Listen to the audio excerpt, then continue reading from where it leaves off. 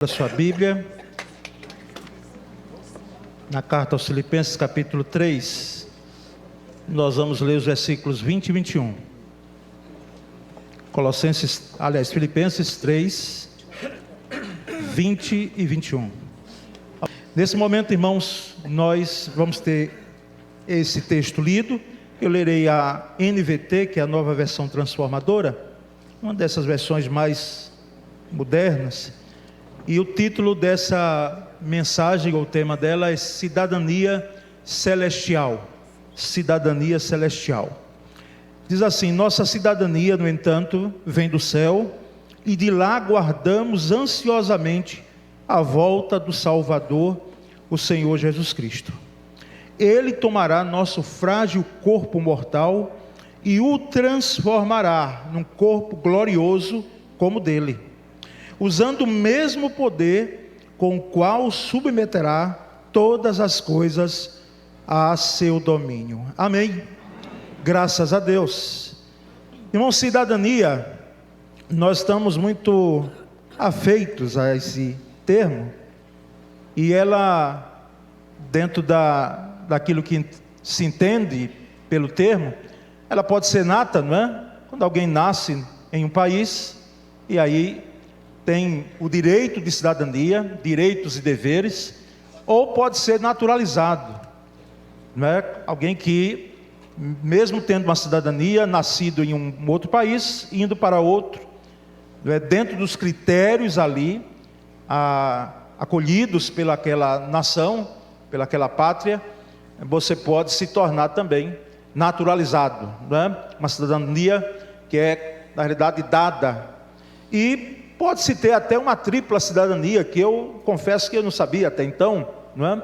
Me debruçando, pesquisando sobre esse termo. Pode ocorrer um pouco mais esporádico em alguma situação, mas também alguém pode ter uma cidadania múltipla, não é?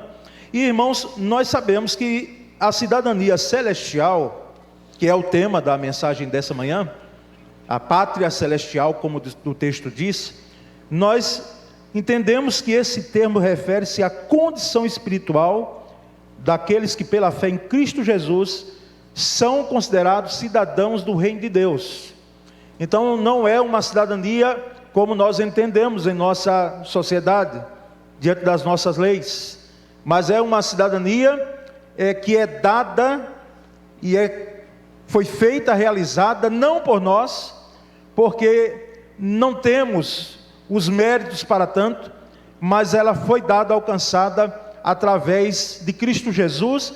Arrependimento, é claro, nosso, que é fruto também de uma graça de Deus atribuída a nós, e fé em Cristo Jesus.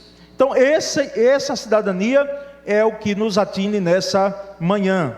Essa cidadania não é conquistada por nascimento natural, mas pelo novo nascimento em Cristo Jesus.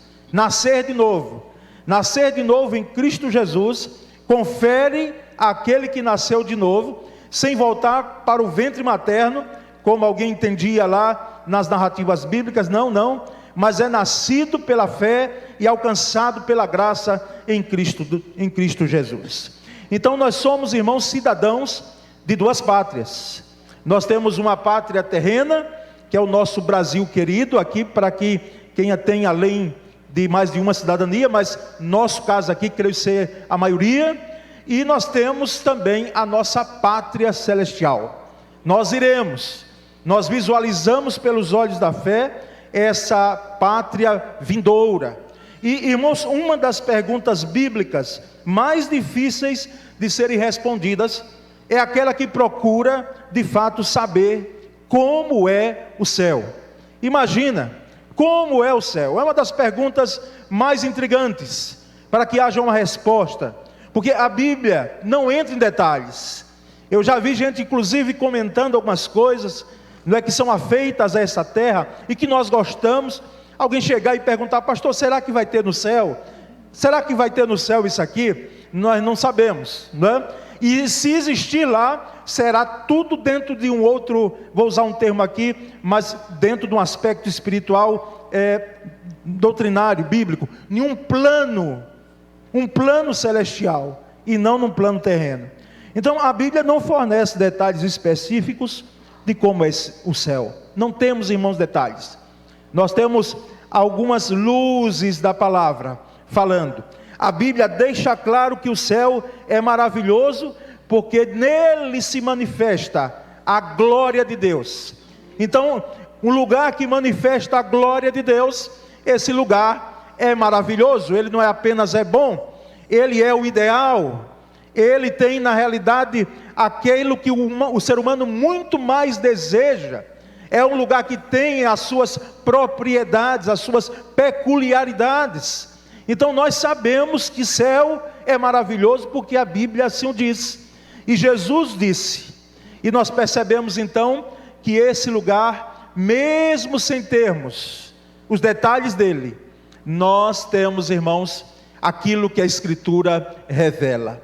E então, nessa manhã, após essa introdução, gostaria de destacar, irmãos, para todos nós aqui, alguns pontos fundamentais, para que nós possamos entender a que a nossa cidadania celestial, ela está relacionada a esse aspecto em relação ao céu. O primeiro deles é que os salvos recebem um novo corpo celestial imperecível.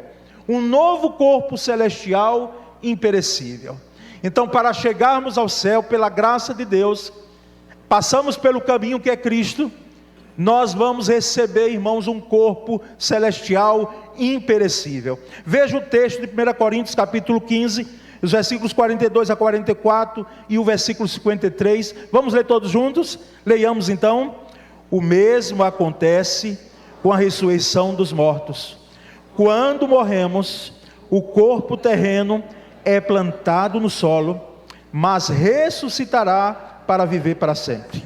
Nosso corpo é enterrado em desonra, mas ressuscitará em glória. É enterrado em fraqueza, mas ressuscitará em força. Versículo 44. É enterrado como corpo humano natural, mas ressuscitará como corpo espiritual. Pois assim como há corpos naturais, também há corpos espirituais. Pois nosso corpo mortal precisa ser transformado em corpo imortal. Meus irmãos, que maravilha! Um corpo que não será susceptível às doenças, a dores, a injeções, por mais que necessárias nessa terra. Há um corpo que tem as suas fragilidades. Quando a gente pensa que está tudo bem, está tudo ok com a nossa saúde, nós recebemos informações que não está tudo bem, e nós sofremos as sequelas de um corpo obviamente fraco, de um corpo dos seres vivos. Sempre reitero, nós somos os mais dependentes, mas pela graça e misericórdia de Deus, ao adentrarmos as mansões celestiais, nós receberemos um corpo glorificado, um corpo semelhante ao de Cristo Jesus, um corpo que não mais será susceptível à morte. Essa morte que muitas vezes ela vem e nos afronta, mas através do corpo glorificado, pela graça de Cristo Jesus, nós teremos então uma nova vida em Cristo Jesus nas mansões celestiais. Esse é um primeiro ponto a ser destacado. Então, se você hoje sente as fragilidades, as sequelas de uma doença, as sequelas da idade, da vida, pense, você crente em Cristo Jesus, você ter um corpo novo, e não apenas um corpo novo, mas um corpo que não poderá sofrer deterioração. Isso é maravilhoso, irmãos. Isso não é história de carochinha, isso é a palavra que diz, isso é Jesus quem falou, o apóstolo Paulo, inspirado pelo Espírito Santo de Deus.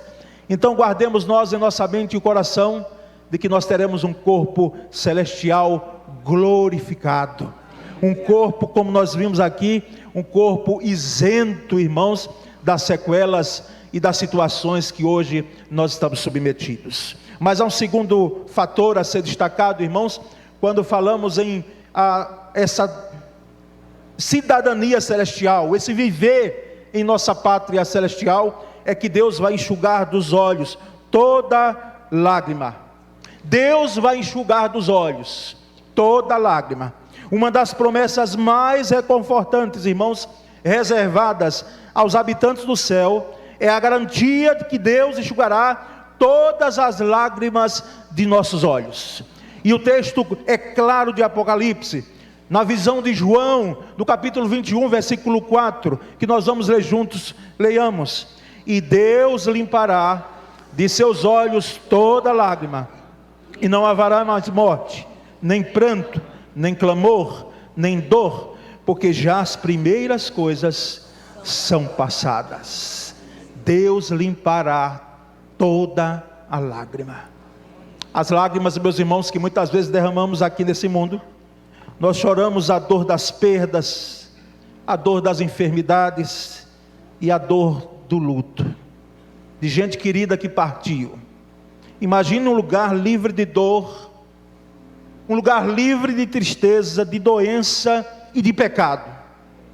Imagine um lugar onde esses que eu citei aqui não estarão lá, não adentrarão. Não haverá a necessidade de funeral, de velório, não, porque ali não existirá. E Deus enxugará toda lágrima. Ou seja, o sentido dessa palavra é tão forte, meus irmãos.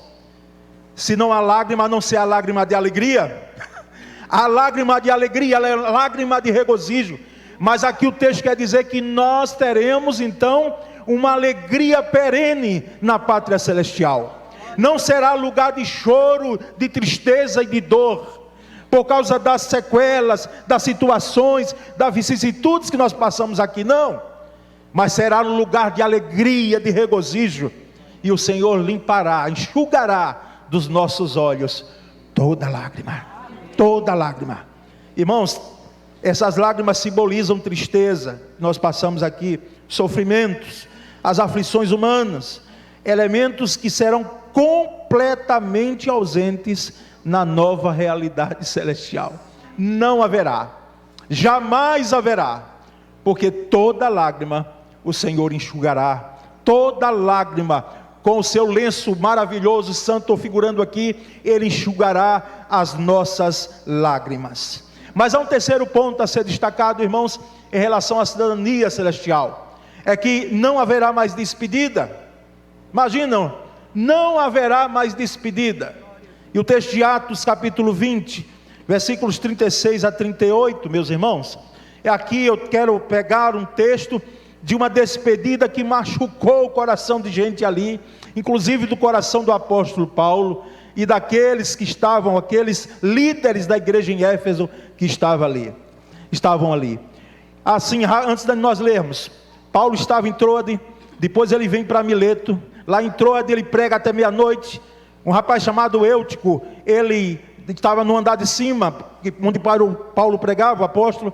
Ele dormindo, cochilou, dormiu e caiu, e Paulo ali fez com que, pela misericórdia e pelo poder de Deus, aquele rapaz viesse à vida. Depois Paulo vai a Mileto, e de Mileto ele não vai a Éfeso, mas ele manda uma mensagem aos líderes em Éfeso, dizendo que esses líderes viessem até Mileto, porque ele queria vê-los.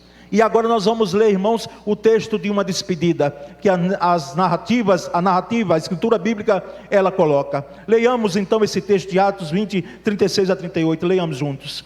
Tendo dito isso, ajoelhou-se com todos eles e orou. Todos choraram muito, e abraçando-o, beijavam. O que mais os entristeceu foi a declaração de que nunca mais veriam a sua face. Então o acompanharam até o navio. Meus irmãos, esse texto é muito emocionante. Se a gente pudesse se transportar e ver a realidade disso aqui, líderes ali presentes que foram instruídos pelo apóstolo Paulo, inclusive não cita, mas é possível que Timóteo, que era pastor em Éfeso, também estava ali. E esses líderes, eles percebem que não verão mais, porque o próprio apóstolo Paulo disse que não veriam mais a sua face. E ali eles choram, eles se abraçam todos e o beijam. E ali eles se entristecem com essa declaração e o acompanham até o navio. Irmãos, despedida é algo que só quem vive aqui ou viveu sabe a implicância dessa situação. Porque quando nos despedimos de alguém querido, que às vezes até vamos ver, é possível que vejamos a face um dia, mas haverá ali anos de separação. Imagina um pai e a mãe, que o filho vai ter que ir para um outro local, distante deles, onde uma tela de um celular, de um notebook, de nenhum aparelho, pode satisfazer o abraço, pode substituir o beijo, pode substituir o tocar na face daquele filho, daquela filha querida. Imagina a dor de quem vai, e a dor, penso eu, dos pais, maior ainda dos que ficam. Imagina você ver o rosto de alguém, e você sabe que quando você chega a um hospital ou uma casa, onde há um irmão nosso, ou alguém que nós somos convocados para visitar, numa fase terminal, uma doença terminal, e nós percebemos ali, que nós estamos vendo o rosto pela última vez, como eu como pastor, já tive, e tenho essas situações, quase que corriqueiramente, no rebanho que Deus nos confiou. Irmãos, despedida. Mas nós percebemos aqui, irmãos, também que esse mundo é marcado por encontros e desencontros, né? Do vai e vem. E percebemos então que aqui nós celebramos o nascimento, não é? Quando nasce alguém, nós celebramos. A festa de um ano, de um bebê, ela é fundamental, mesmo que ele não tenha a noção do que está ocorrendo ali. Mas para os pais, para a família, é algo maravilhoso. E depois ele vendo, ele disse, puxa, como era. E não tem a noção, mas é fundamental. Mas também nós choramos a partida. Nós choramos, irmãos, quando da despedida. Aqui vemos nossos amigos e familiares partirem, deixando em nosso coração uma dor avassaladora, irmãos. E para não me emocionar muito, mas é inegável eu olhar para esse auditório, embora está repleto nessa manhã, como tem acontecido nas manhãs de domingo, graças a Deus. Mas eu olho para cá e gravei os lugares onde cada um sentava, e não está mais presente, não está mais ali o rosto daquele irmão querido, daquela irmã querida que aqui caminhou a jornada conosco, porque já foram recolhidos à pátria celestial. Louvado seja Deus que a igreja caminha, ela vai à sua marcha, e outros estão sentando nos lugares. Essas crianças que nós percebemos aqui, os nossos jovens e adolescentes, eles vão chegando, e eles vão tomando os espaços. Mas irmãos, isso é muito marcante em nossa vida, na vida da igreja. Eu não sou mais o mesmo pastor, depois de perder tantas ovelhas queridas, que me viram crescer aqui, me permitam, que me viram magrinho, que me viram menino, que me viram jamais imaginar de que Deus me daria essa graça de conceder o ministério pastoral. Não entro nem no detalhe de ser pastor na minha igreja, a igreja que estou há 45 anos. Mas irmãos, despedida não haverá no céu, não haverá. Aqui nós cheiramos a beira da sepultura, aqui nós temos o coração rasgado pela saudade, porém no céu não haverá mais despedida, não haverá mais adeus. Os irmãos de mais tempo de caminhada cristã lembram, onde lembrar um hino, aqui, ou seja, no céu jamais se diz adeus, jamais se diz adeus. É claro que nós entendemos que também quando sepultamos o corpo, porque o espírito volta para o Senhor, parte para Cristo. O espírito de Adriana está com Cristo Jesus, a vida dela, ela tem um novo corpo, como nós vimos aqui, transformado, embora a saudade fica e dói. Mas nós cristãos jamais nós falamos a Deus, até logo, até logo. E irmãos, entendemos que estaremos sempre juntos, sem mágoas, sem conflitos. Os conflitos que muitas vezes causam despedida no meio da igreja, causam conflito no meio da igreja, e alguém sai, ou às vezes um grupo sai, e louvado seja Deus, aqui nessa igreja enfrentei algumas situações, e junto com a liderança nós temos resolvido, mas eu dou graças a Deus que não aconteceu comigo, no meu ministério, nesses anos, quase 20 que estou aqui à frente, como eu vi numa conferência em São Paulo, participando anos atrás, quase que no início do meu ministério, pastor norte-americano falando, e sendo traduzido, ele dizendo que lá na igreja dos Estados Unidos, alguém que fazia parte do corpo pastoral, começou a minar o ministério dele, já de idade, e chegavam e comentavam, diziam: o senhor não tem mais de idade, o senhor é bom de parar, é bom de jubilar. Irmãos, eu quero dizer à igreja do Senhor nessa manhã, pela autoridade da palavra de Deus, olha, ministério pastoral, quem coloca é Deus, e quem tira é Deus, e a igreja precisa alinhar a sua vontade com a vontade de Deus, porque uma decisão errada de igreja, irmãos, nós sofremos por muito tempo.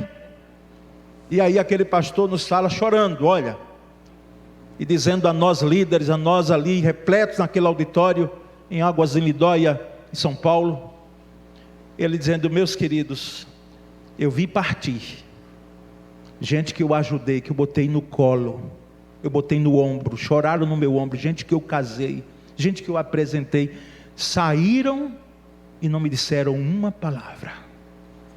Foi de doer o coração.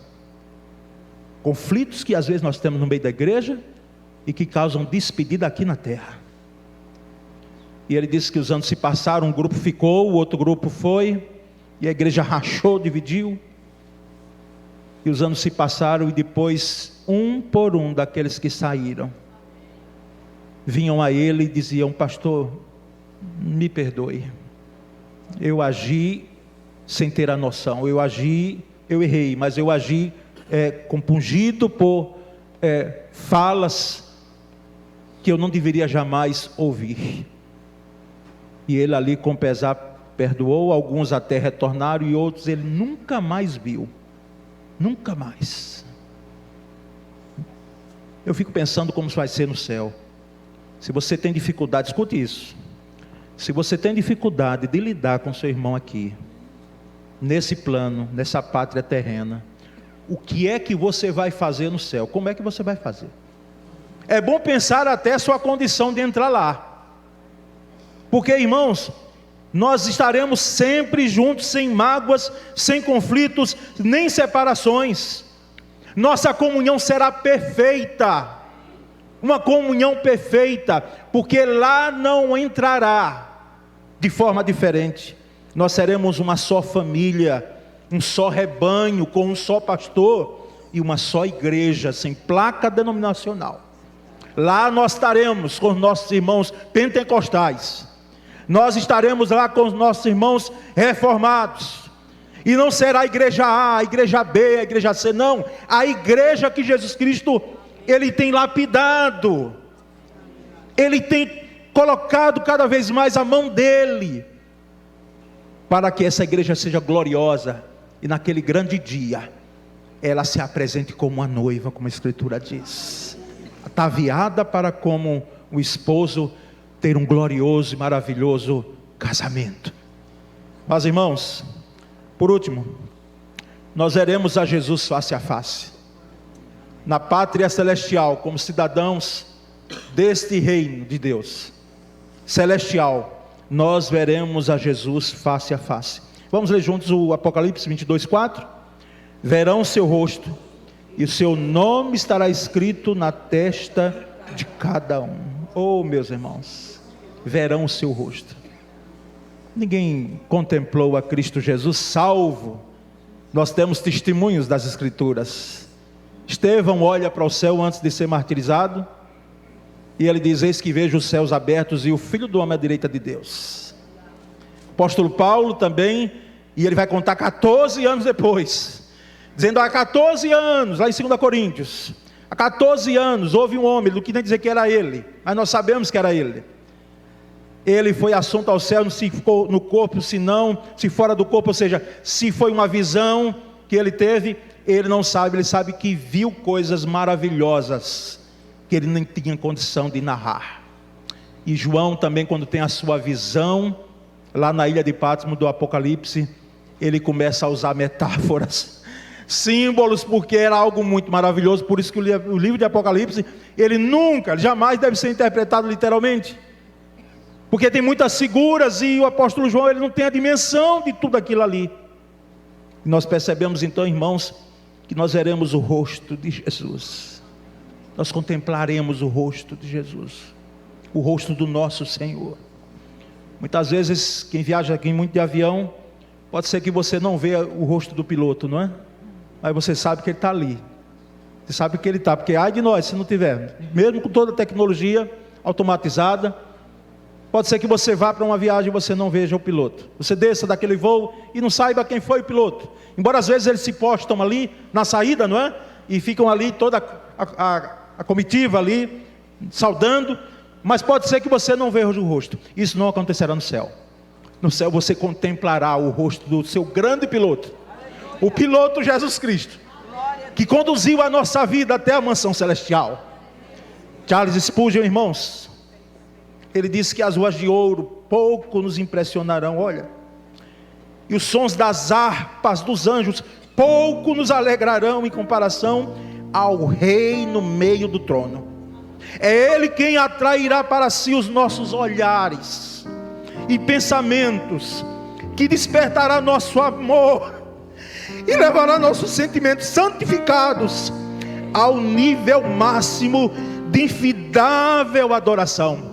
Nós veremos Jesus, de Charles Spurgeon, e a palavra antes já diz, nós o veremos.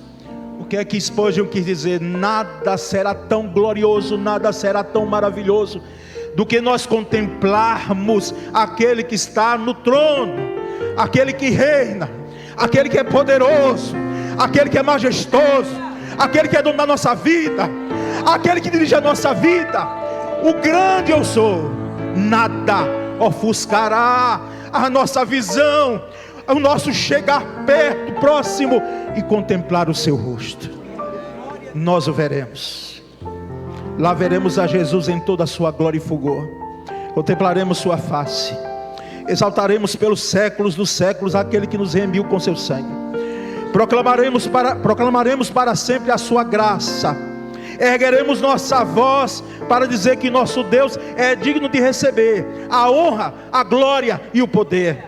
Prostrar-nos-emos aos seus pés e depositaremos diante dele as nossas coroas que receberemos, ou seja, diremos: Senhor, não somos dignos, recebemos e tu damos, devolvemos, porque o Senhor é digno de toda a honra, de toda a glória e de todo louvor. Considerações finais, irmãos, a essa palavra. Primeiro, quando o texto diz: a nossa pátria está nos céus, foi o versículo 20 que nós lemos, de Filipenses 3. Ele quer comunicar que o alvo do cristão é viver cada dia aqui na terra para trazer a cultura do céu. Vivendo na terra, mas trazendo a cultura do céu até a terra. Não vamos esperar chegar até lá, nós temos que vivê-la aqui, embora limitada. A conduta, as prioridades, os relacionamentos, tudo deve ser coerente com a cidadania celestial. Tudo. Carlito Paz disse, que é pastor da igreja da cidade, lá em São José dos Campos, né? Ele diz algo maravilhoso, irmãos. Note bem, a vida cristã não nos faz melhores do que os outros. Não somos melhores do que ninguém. A vida cristã não nos faz melhores do que os outros, mas nos faz diferentes, porque entendemos o padrão e propósito do céu para viver na terra. O padrão e propósito do céu para viver aqui na terra. Por isso somos diferentes. E isso deve acontecer naturalmente, sem forçar a barra. Porque tem gente que quer viver uma vida cristã que não lhe pertence. Pode até usar uma camisa, e não tem problema nenhum, ver, irmãos, usemos nós. A minha dificuldade às vezes é encontrar uma camisa que aqui esse corpo receba, mas haverá um tempo, né? Mas vidas que muitas vezes não vivem a vida cristã, mas querem se passar como? Não, o nosso padrão é trazer os princípios celestiais para a realidade nossa aqui na terra, e por isso a influência da igreja. Por isso a igreja deve influenciar. William Barclay, conhecido por os que leem a teologia, os comentadores da teologia, ele diz: o crente é um cidadão do céu que mora na terra. Um cidadão do céu que mora na terra. Pedro, o apóstolo, disse: nós somos peregrinos aqui. E Murray faleceu um pregador norte-americano, muito conhecido. Ele disse que nós não somos terráqueos, nós somos céus-áqueos. Não somos terráqueos, nós somos céus-áqueos, ou seja, nós somos cidadãos do céu, embora aqui estamos na terra, e não queiramos nós abrir mão de viver na terra, porque nós sabemos que gostamos daqui, estamos aqui com um propósito, mas não permaneceremos aqui, mesmo que essa terra seja transformada, e eu creio assim, novos céus e nova terra, não é? Então ela será burilada futuramente pelo poder de Deus. Se você me pergunta, sim, então o céu vai ser aqui, pastor, aqui na terra? Não posso dizer isso, porque a escritura assim não diz. Mas nós sabemos da importância de vivermos céu aqui na terra. A perspectiva da eternidade no céu, irmãos, não apenas transforma a nossa visão do futuro, mas também molda a maneira como vivemos nossa vida no presente. Nós visualizamos o céu, mas nós sabemos que o que importa no primeiro momento agora é nós vivermos céu aqui. E para finalizarmos, nós vamos ler o texto de Filipenses capítulo 1, 27. Leiamos juntos. Não importa o que aconteça, exerçam a sua cidadania de maneira digna do Evangelho de Cristo. Não importa o que aconteça. Ou seja, cristão, crente em Cristo Jesus, você está vivendo os valores celestiais aqui na terra, respeitando, é claro, que as leis que temos, mas fazendo com que os padrões celestiais sejam vividos por você aqui na terra. Não se importe com isso. Se houver alguma perseguição, algum comentário depreciativo, porque eu ouvia mais, mas hoje, como pode ter esse processo, etc., diminuíram. Mas nos bastidores, as mãos muitas vezes estão lá. Se nós somos a rede social, vamos perceber claramente: todo pastor é ladrão. E tem mesmo, irmãos, infelizmente, os mercenários, mas não são maioria. Louvado seja Deus, é uma minoria que traz um dano, mas não são maioria. Mas assim, Paulo vem e diz: não se importem com isso, façam valer a pena a cidadania celestial por vocês vivida aqui na terra. Vivam plenamente a cidadania celestial aqui na terra. Faça valer a pena o sacrifício daquele que foi até a cruz para nos dar vida. Amém, meus irmãos? Entenderam? É nessa jornada aí que nós estamos, aqui com os pés, mas olhando para o alto, como a escritura diz. Vamos orar. Senhor Deus, muito obrigado nessa manhã. Agradecemos, ó Deus, pelo privilégio acompanhado de alta responsabilidade de ministrar essa palavra, mas ela vem ao nosso encontro, ao encontro de todos nós. Senhor, que nós possamos viver como cidadãos de duas pátrias, vivermos aqui, mas antevendo a glória, a maravilhosa pátria celestial que nos aguarda. Ó Deus, dá-nos graça cada vez mais, para que nós possamos aqui viver os valores do reino. Abençoa esta igreja com a tua graça. Derrama sobre nós um batismo de amor, um batismo, ó Deus, de graça, um batismo de comunhão, um batismo de fé, Senhor, de amor pela obra missionária, de amor ao próximo, ao outro, Senhor, diferente de nós. Que o amor de Deus o Pai, a graça de Jesus o nosso Senhor, e a doce e poderosa comunhão e consolação do Espírito Santo seja conosco hoje e sempre. Podemos dizer amém.